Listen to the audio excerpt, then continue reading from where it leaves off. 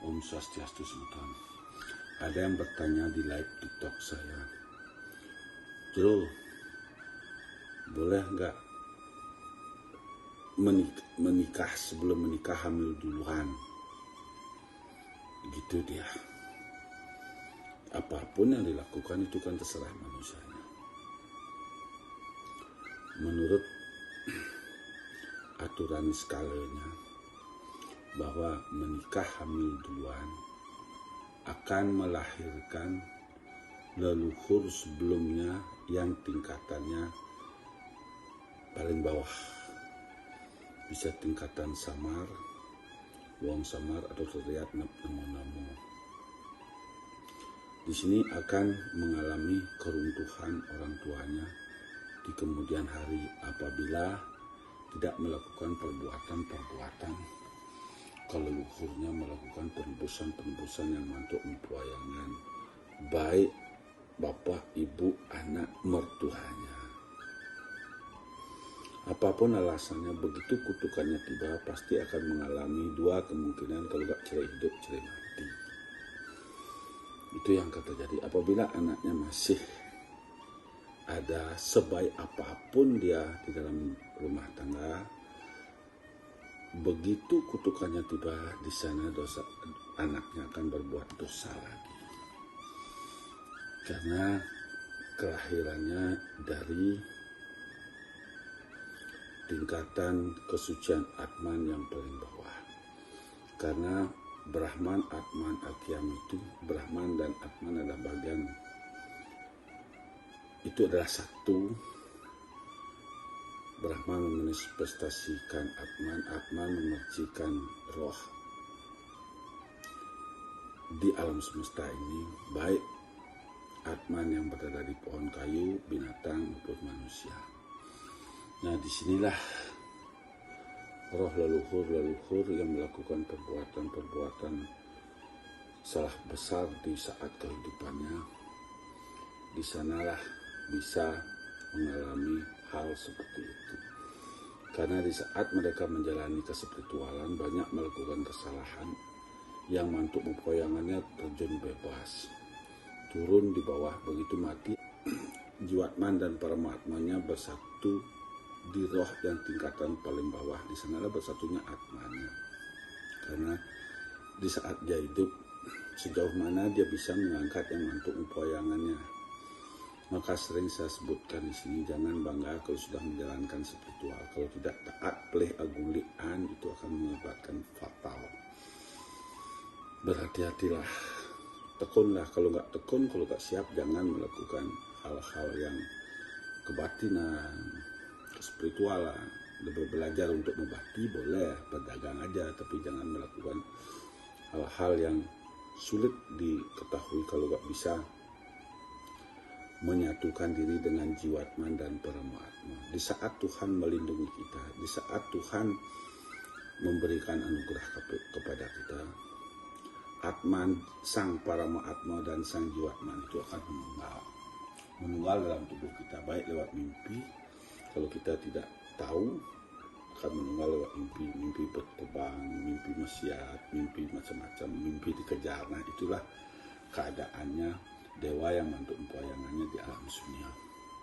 Mimpi lihat air, mimpi berkelahi. Nah, itulah yang dilakukan oleh yang mantuk empoyangannya. Karena dia di dalam perjalanannya itu di alam sunia juga banyak rintangannya. Karena kesuciannya diruntuhkan oleh yang manusianya. Di sini Jiwatmannya runtuh, sehingga leboknya Sang Paramatmanya. Di sanalah makanya percaya sama Tuhan, filsafat Tuhan kita harus ketahui terlebih dahulu, karena kita bagian dari Atman. Ketahuilah dirinya dulu, siapa diri saya, dan lakukan penyuciannya agar bisa menyeimbangkan dewa kita yang didenasi ke kita.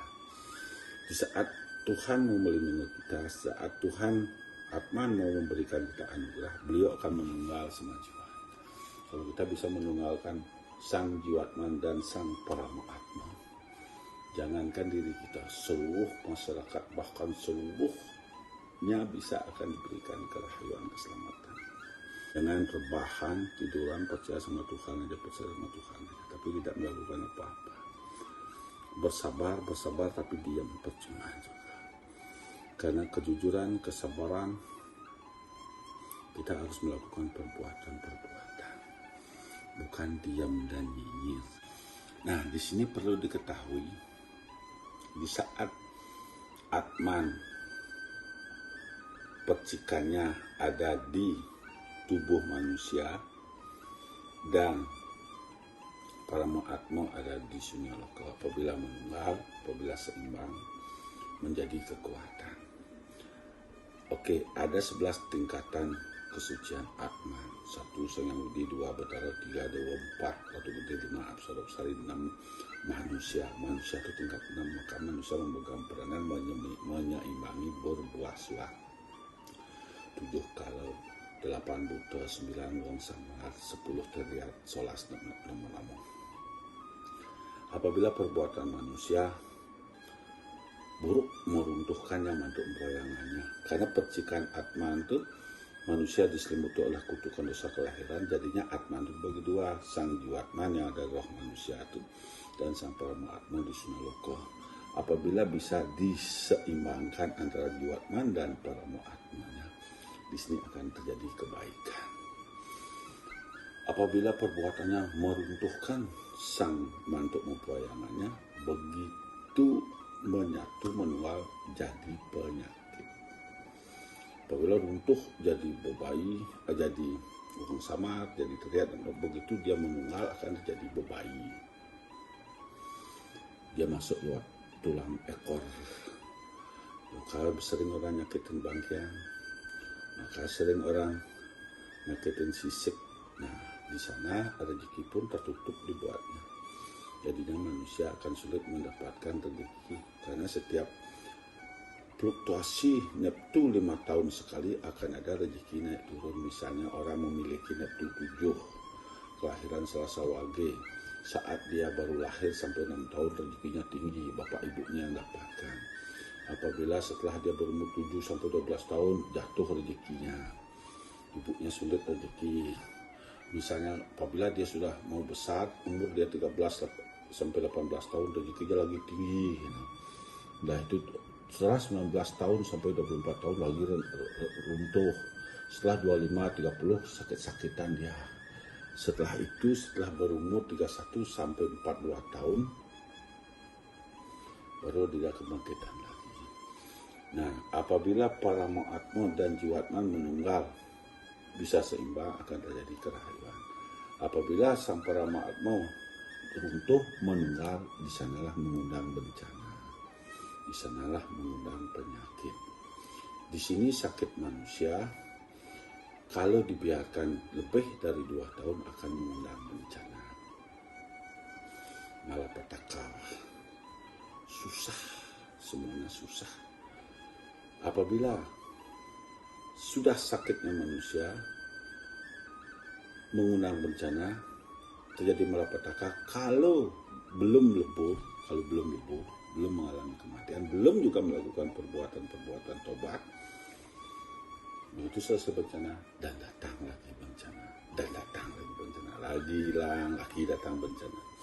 Kalau manusia mau memperbaiki, merubah dirinya, menyupat panca mahabhutanya, terangkat yang mantuk empuayangan, begitu menunggal terjadi kebaikan, keselamatan. Apabila perbuatan buruk, manusia akan mengundang penyakit.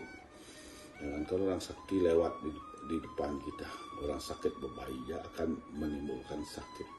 Makanya orang sering kedalih bisa melihat, mau papas saja ya jaim mungkin tiba-tiba sakit ya, karena mungkin sakit bebayi. Karena dia perbuatannya buruk meruntuhkan Paramo Atmanya, jadinya dia ketularan penyakit itu. Dan saya sampaikan kepada semua kita nggak kemudian mas gambar sempurna Om Santi.